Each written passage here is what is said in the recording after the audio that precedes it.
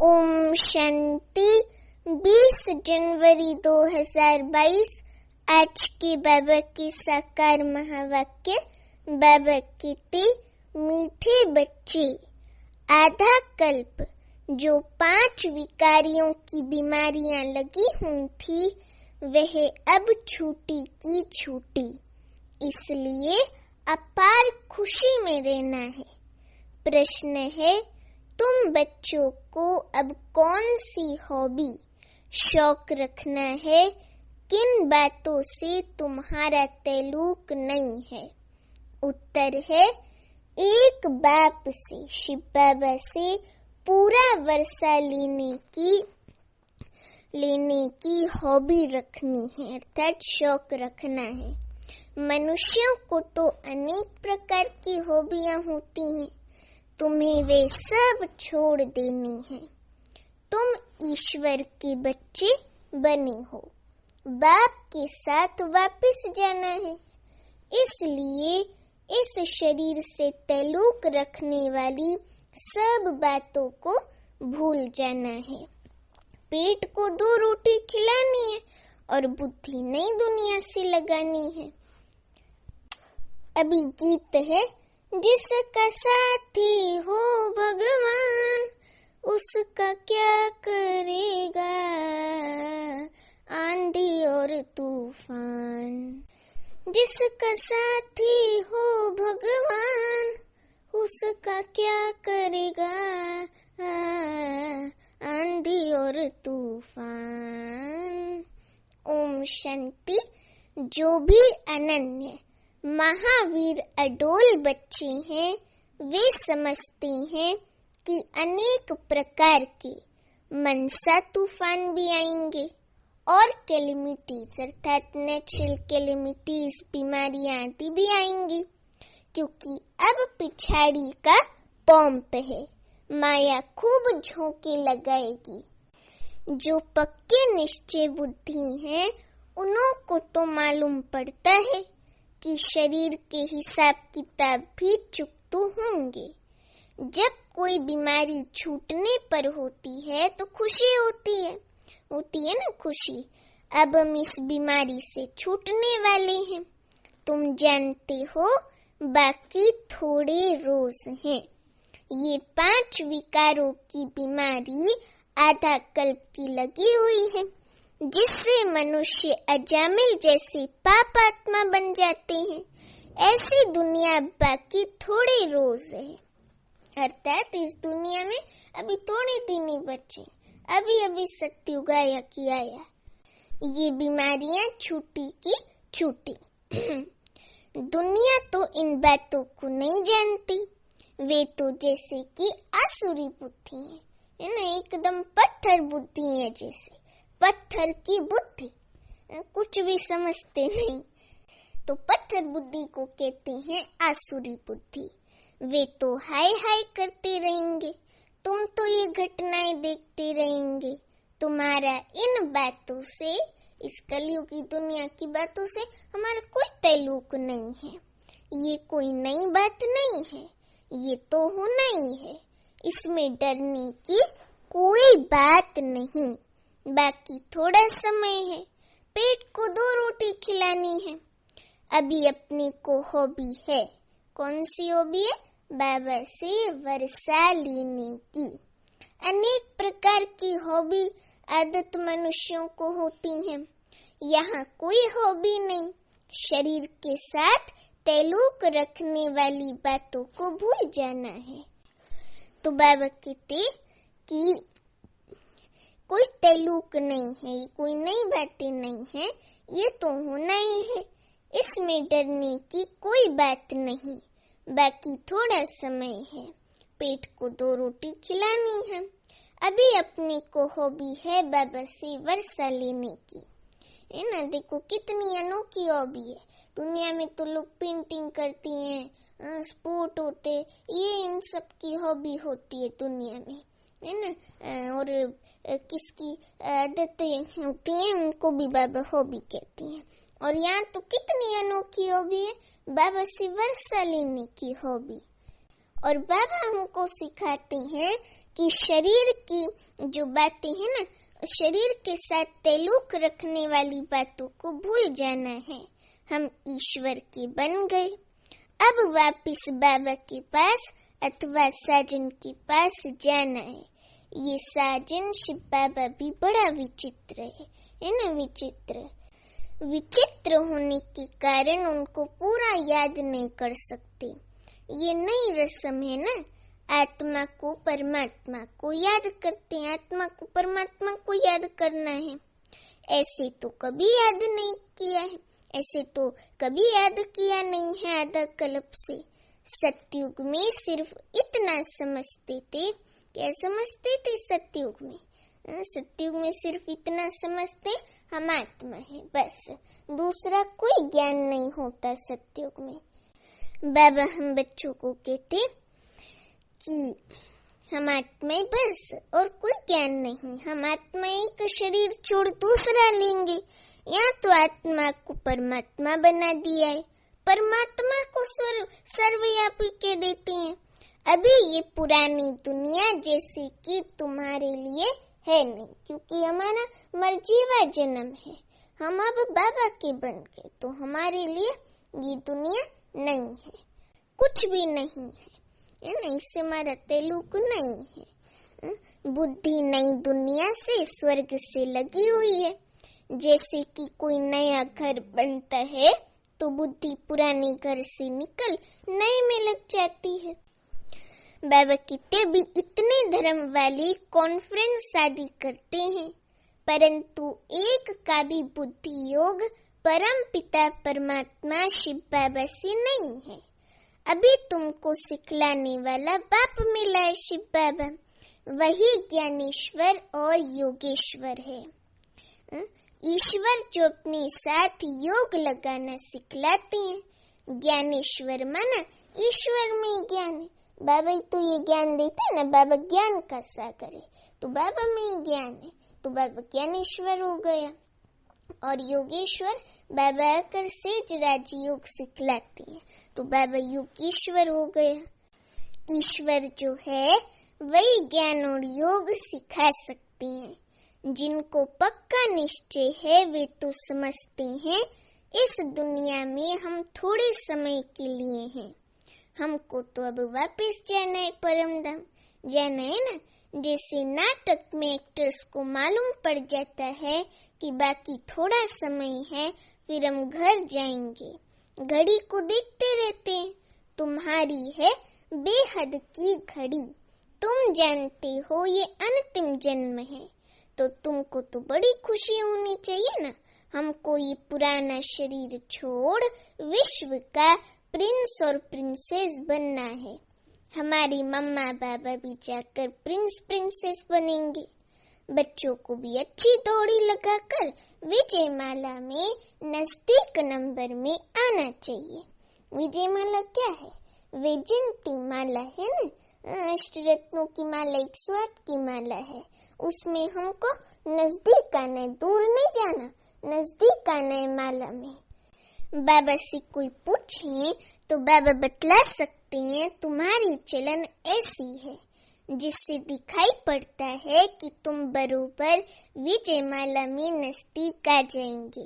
खुद को भी मालूम पड़ जाता है हम कहाँ तक पास होंगे। कोई तो समझते हम कभी भी पास नहीं होंगे। बल बाबा का बच्चा हूँ, सब कुछ सरेंडर किया है, बाबा की गोद में बैठा हूँ, परंतु धारणा नहीं है, तो बाबा कहते कि ऊंच पद मिल ना सके। जो गृहस्थ व्यवहार में रहकर सर्विस कर रहे हैं वे यहाँ रहने वालों से अर्थात अंदर सरेंडर होने वालों से जस्ती अच्छा पद पा सकते हैं। अगर गृहस्थ व्यवहार वाले अच्छा पुरुषार्थ करते तो फिर और उससे भी जस्ती अच्छा पद पा सकते हैं। और देखने में आता है कि वे बहुत तीखे जा रहे हैं। सिर्फ साथ में रहने से थोड़ी फायदा होता है। बादल सागर के पास आए भरे और फिर कई बरसने, मुरली तो सब तरफ जाती रहती है। मुरली सुनकर फिर सुनाती भी है। बाबा कहते औरतों की मुरली सुनकर फिर सुनाते भी हैं। बहुत सर्विस करते हैं, वे अच्छा पद पा लेते हैं। मेहनत है या मेहनत नहीं होती तो गिर पड़ते हैं। आज बाबा ने कहा कि सारा मदार पुरुषार्थ पर है, इसलिए पुरुषार्थ पर पूरा पूरा ध्यान देना है। क्योंकि 69 की एक अव्यक्त वाणी थी, 17 मई 69 की, तो उसमें बाबा ने बोला है, उस समय 69 में बाबा ने बोला था कि अभी पुरुषार्थी बनने का समय नहीं है, अभी तीव्र पुरुषार्थी बनने का समय है।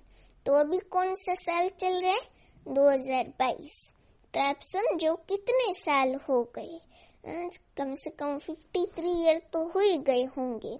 तो इतने साल पहले बाबा ने बोला था कि तीव्र पुरुषार्थी बनने का भी समय है, तो अभी तो है ही समय पुरुषार्थी, तीव्र पुरुषार्थी बनने का, है ना। तो बाबा कहते कि सारा मदार पुरुषार्थ पर है। अपनी नब्ज आप ही देखी जा सकती है, समझ सकती है इस पुरुषार्थ से मैं क्या पद पाऊंगा। अब पुरुषार्थ कर ऊंच पद नहीं पाया, बाबा कहते कि समझ सकती हैं इस पुरुषार्थ से मैं क्या पद पाऊंगा। अब पुरुषार्थ कर ऊंच पद नहीं पाया तो कल्प कल्पांतर से पद होगा। ये है बेहद का ड्रामा। अपने को अब बेहद की बुद्धि मिली है। ड्रामा के आदि मध्यंत को जानना बड़ा मजा है, परंतु माया के तूफान ऐसे हैं जो कुछ ना कुछ उल्टा करा लेते हैं, है ना। क्योंकि माया के तूफान, माया की परिस्थितियां ऐसी होती हैं, बुद्धि में जो उल्टे ख्यालात आते हैं, तो बाबा कहते कि वो कुछ ना कुछ उल्टा करा लेते हैं। अच्छे बच्चों को माया जीत लेती है।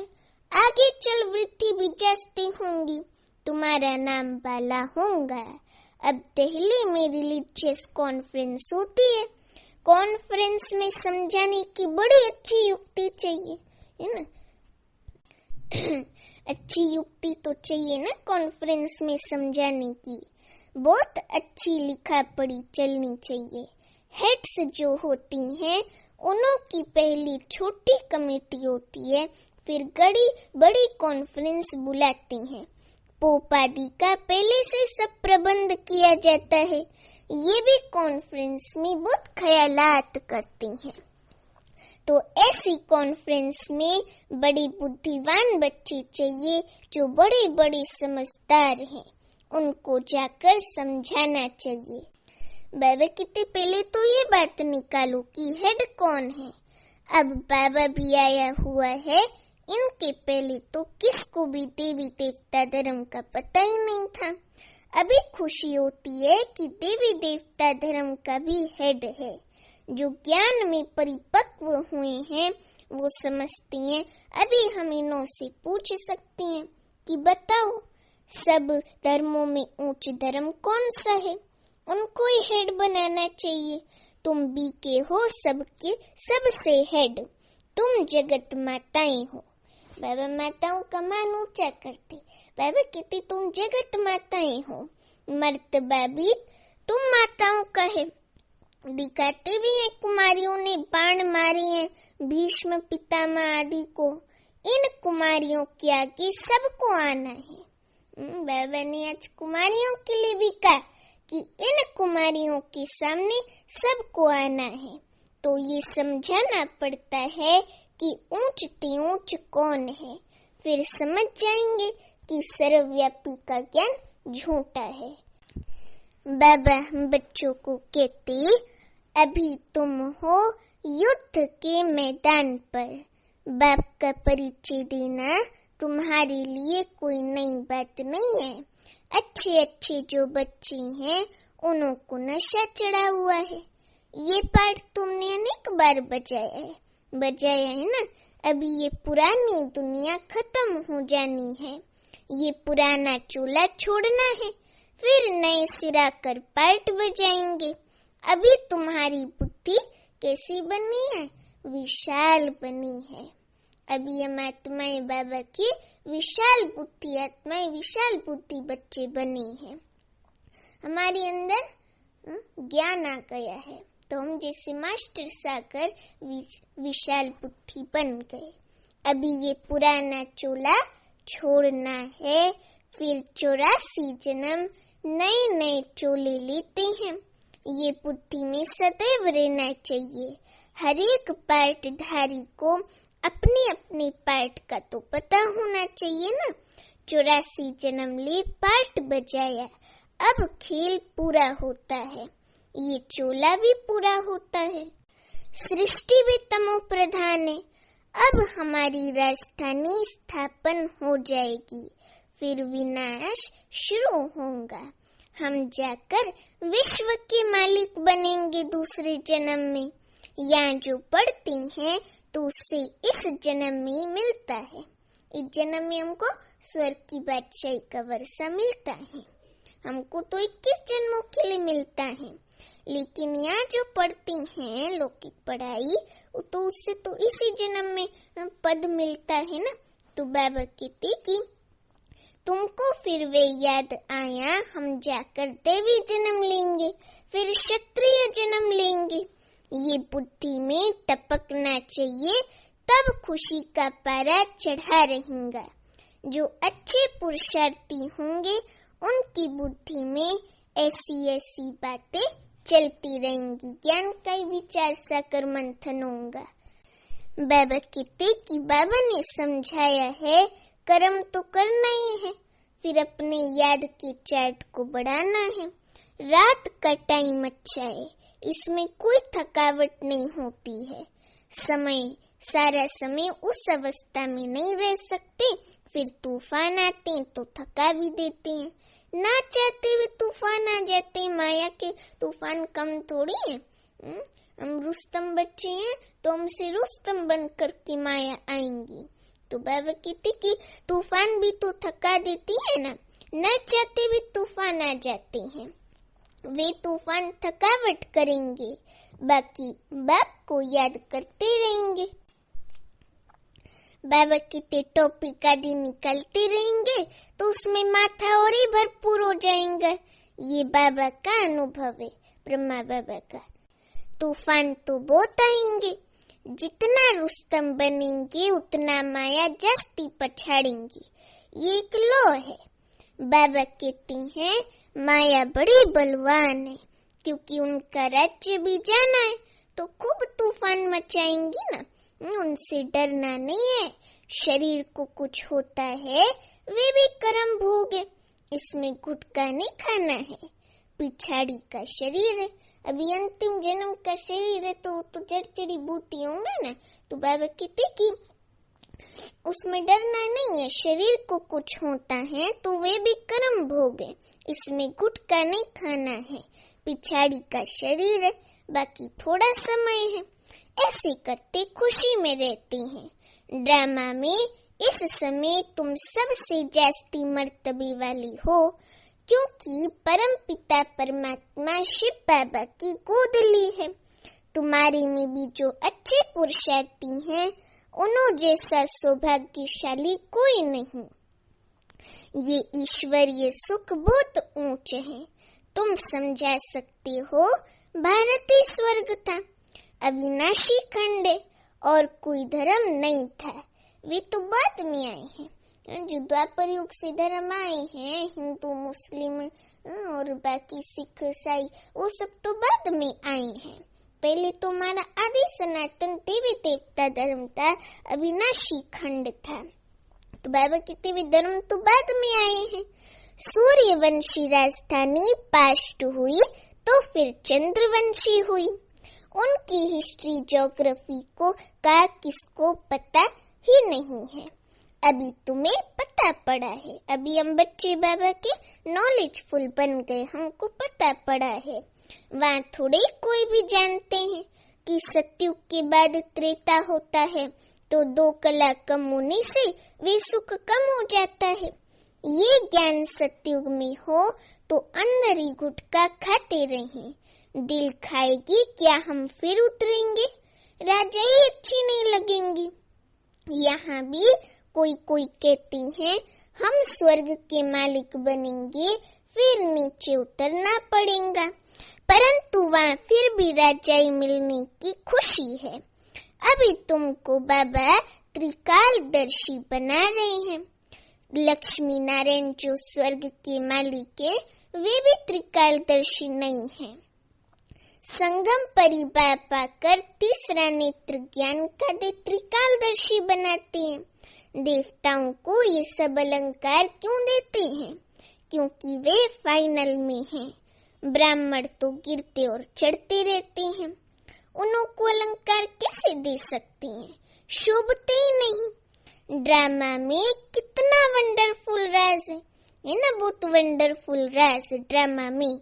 स्वदर्शन चक्रधारी ब्राह्मण ही हैं।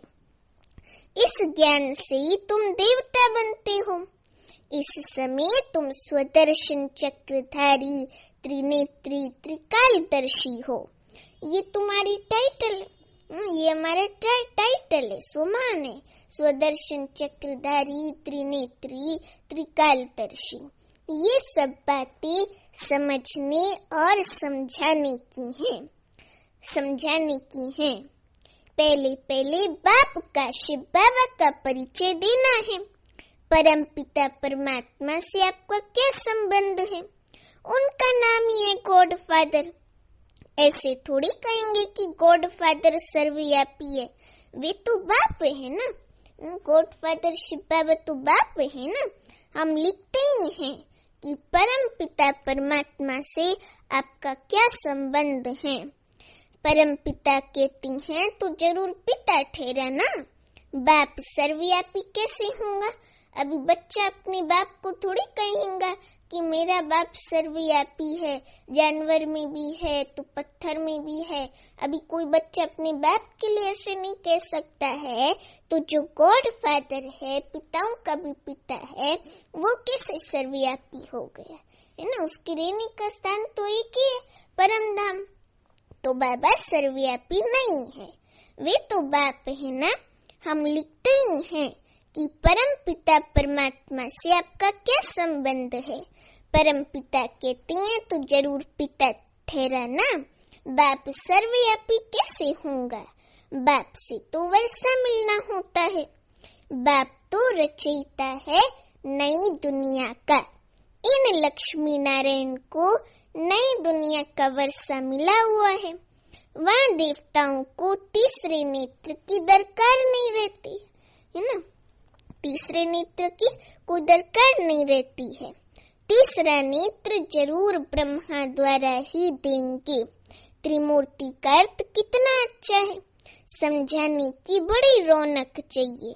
तो जो अच्छा उस्ताद होगा उनको समझाने की प्रैक्टिस होगी। दिन प्रतिदिन किसको समझाना बहुत सहज होता जाएगा। परम पिता परमात्मा आपका क्या लगता है? कहेंगे बाप लगता है।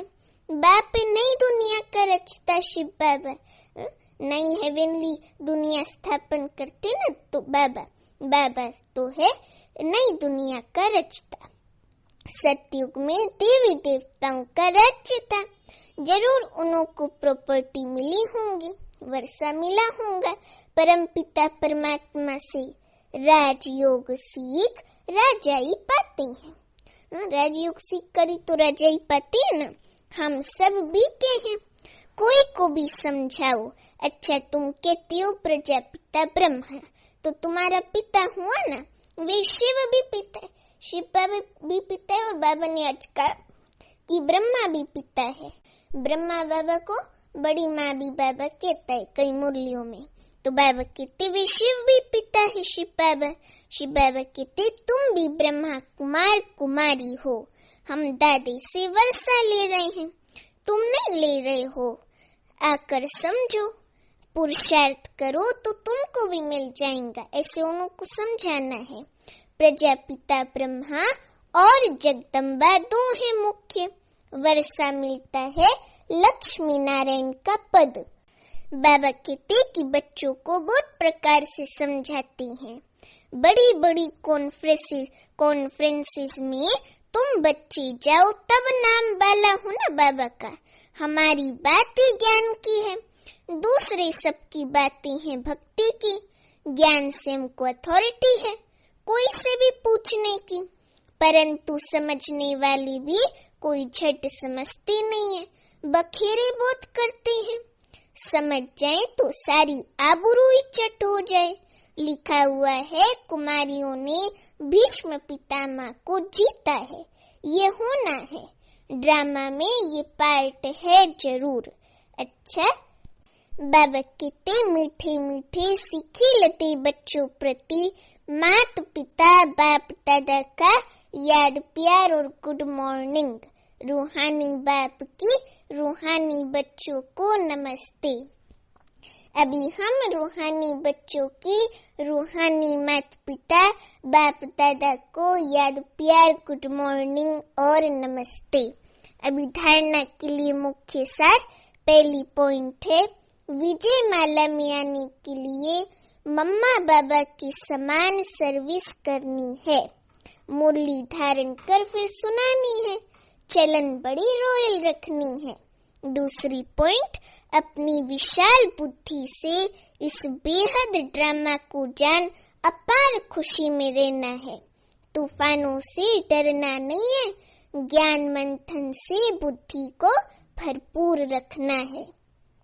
अभी वरदान है, विपरीत भावनाओं को समाप्त कर अव्यक्त स्थिति का अनुभव करने वाले सद्भावना संपन्न भव। विपरीत भावनाओं को समाप्त कर अव्यक्त स्थिति का अनुभव करने वाले सद्भावना संपन्न भव। अभी वरदान का स्पष्टीकरण है, जीवन में उड़ती कला व गिरती कला का आधार दो बातें हैं, भावना और भाव। बाबा ने बहुत गहरी बात बोली कि जीवन में उड़ती कला व गिरती कला का आधार दो बातें हैं, एक तो भावना और दूसरा भाव। सर्व के प्रति कल्याण की भावना, स्नेह सहयोग देने की भावना, हिम्मत उल्लास बढ़ाने की भावना, आत्मिक स्वरूप की भावना व अपनेपन की भावना हो, भावना ही सद्भावना है। ऐसी भावना वाली ही बाबा की अव्यक्त स्थिति में स्थित हो सकती हैं।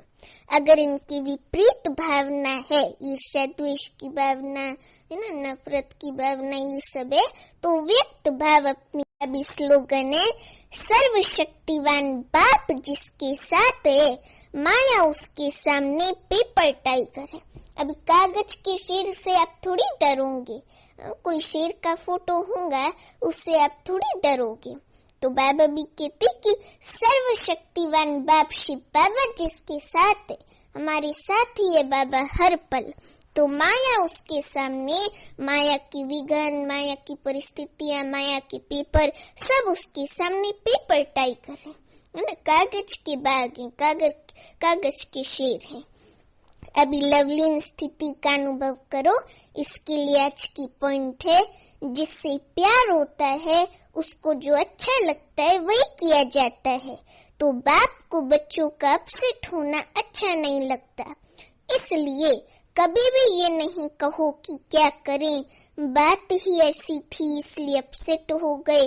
अगर बात अपसेट की आती भी है तो आप अपनी स्थिति अपसेट नहीं करना। अच्छा, ओम शांति।